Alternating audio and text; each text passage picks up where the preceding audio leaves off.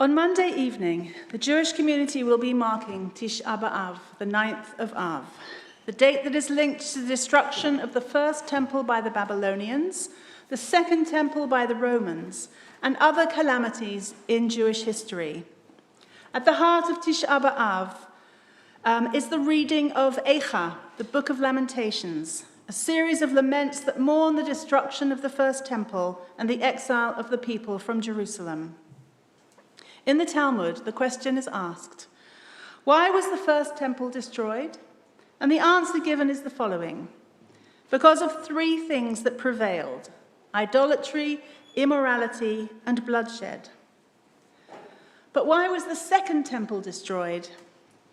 Because groundless hatred, sinat chinam, prevailed there, which teaches you that groundless hatred is as grave as the three sins of idolatry, immorality, and bloodshed. Based on much that is happening around our world, and especially what we have witnessed in this country in the past 2 weeks, we appear to be perilously close to sinat chinam, groundless hatred, in our society. A hatred and intolerance of the other, and a terrible lawlessness and viciousness on our streets. Rabbi Alex pointed out in her message last week, there is bleak despair among colleagues in Israel following the deaths of 12 Israeli Druze children, and of course the ongoing situation there. And the events in our country following the stabbings and murder of 3 children in Southport 2 weeks ago have felt like a new low for us here. The rabbis who selected the Haftarah readings didn't like them to end on a negative note, hence the more positive message of hope at the end of today's rather long and castigatory reading. And though events in this country, Israel, Ukraine, and other parts of the world may fill us with anxiety and fear for the future, our tradition forbids us to despair. As long as there is life, there is hope. Hope, tikva, is a high value in Jewish tradition. There's a Jewish folk tale in which King Solomon once sought a remedy for despair. He gathered all his wise men and told them of his problem. The wise men thought and thought and finally gave him this advice. The king should make a ring and inscribe these words on it: Gam zeh ya'avor, this too shall pass. They gave him this advice and made the ring for him. And the king wore the ring, and whenever he was sad or felt despair, he would look at the ring and his mood would immediately improve. Gam zeh ya'avor, this too shall pass. Of course, it's not enough to just think that a difficult time will pass.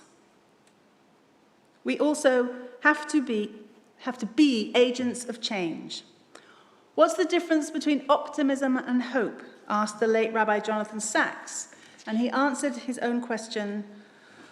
Optimism is the belief that things are going to get better. Hope is the belief that we can make things better. It takes no courage to be an optimist, but it does need courage to hope. In his book, Choosing Hope, The Heritage of Judaism, Dr. David Arno writes, hope reflects our embrace of the possibility of a particular, deeply desired future, and hope fuels our actions to help bring it about. All of Torah, all of our liturgy is designed to lead us to action, to make the world a better place, to give us tools to defeat despair, and to instill hope for the future. Judaism is the voice of hope in the conversation of humankind, wrote Rabbi Sachs. To be a Jew is to be an agent of hope in a world serially threatened by despair. And he went on to write, every ritual, every mitzvah, every syllable of the Jewish story, every element of Jewish law is a protest against escapism, resignation, or the blind acceptance of fate.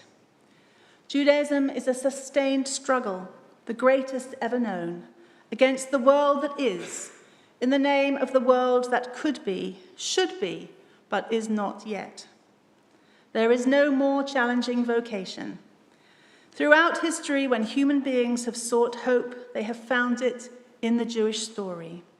Judaism is a religion of hope. Looking back over Jewish history, we can see many moments of trauma and despair followed by renewal and revival. Our Shabbat liturgy steers us towards the final vision of universal peace and harmony in the Aleinu. Jewish time is structured to end each week with Shabbat, a day when we step out of our work and the demands of our everyday lives to cease activity and refresh our bodies and souls. Shabbat v'yinafash. The Jewish year builds towards the High Holy Days, a new year, a new beginning, a time to reset our moral compasses, a time to reflect and gain some perspective on our lives, and to look to the future with hope. And our Haftarah readings at this time of year lead us from despair to consolation, from grief to hope. And so when life feels overwhelming and difficult, it might help to remember those words, Gam zeh ya'avor, this too shall pass. The late Rabbi Hugo Grin, recalling his experiences as a child in a concentration camp, once said that you can live for 3 weeks without food, 3 days without water, but you can't live for 3 minutes without hope. On Wednesday, as Britain braced for another night of destruction and violence, what actually happened was that thousands came out onto the streets to protest against the far-right hate-mongers in a heartening response by people wanting to reclaim their streets and demonstrate what is true Britishness. Not hatred and violence, but social order, tolerance and harmony. Those who cleared up, rebuilt damaged walls and premises, and showed a real sense of community at work, especially up in Southport, were an admirable example. So, Od lo avda tikvatenu. We have not yet lost our hope. A line, of course, from Israel's national anthem, which itself is called Hatikva, the hope. The root of the Hebrew word tikva is kava, which has more than one meaning. It can mean to wait for, to expect, to look eagerly for, and also to collect, to bind together. From the same root comes the word kav, a line, mikvah, a reservoir, mikveh, another word for hope, and tikva, which can mean both cord and hope. So it seems to describe the act of combining a number of strands and twisting them into a single, much stronger cable. So perhaps to gather into strength, to hope. And that's the message that I'd like to convey this morning. Together, we can do more than as individuals. So I hope that we and communities across the globe will combine as much as possible over the coming days and weeks and work together on those activities and actions that can offer positivity and hope wherever it is needed. There are many opportunities for this and many ways in which that can be achieved.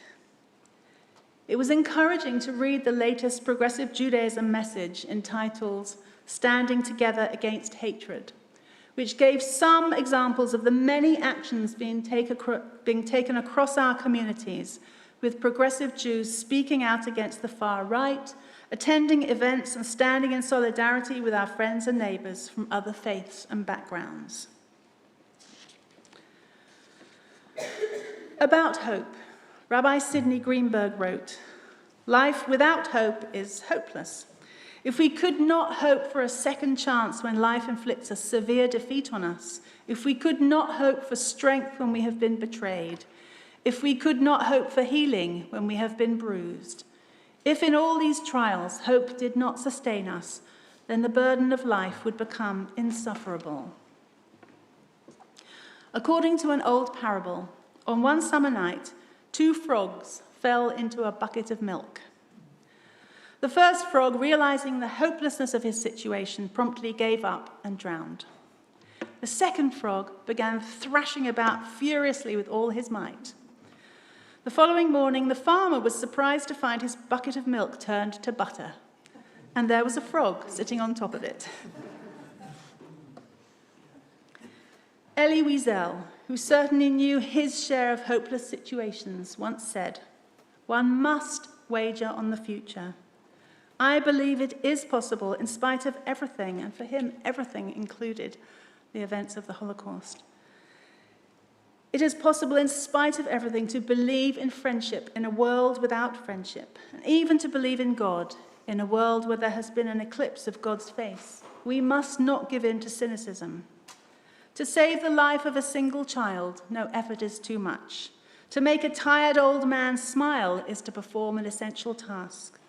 To defeat injustice and misfortune, if only for one instant, for a single victim, is to invent a new reason to hope.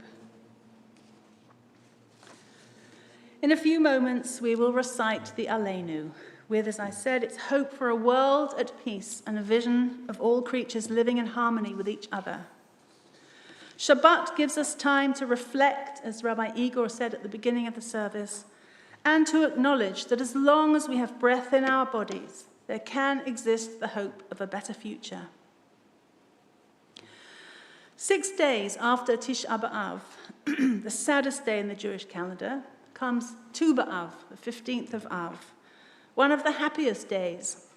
A little known or recognized holiday in the diaspora in Israel, it is celebrated as a holiday of love, Chag HaAhava.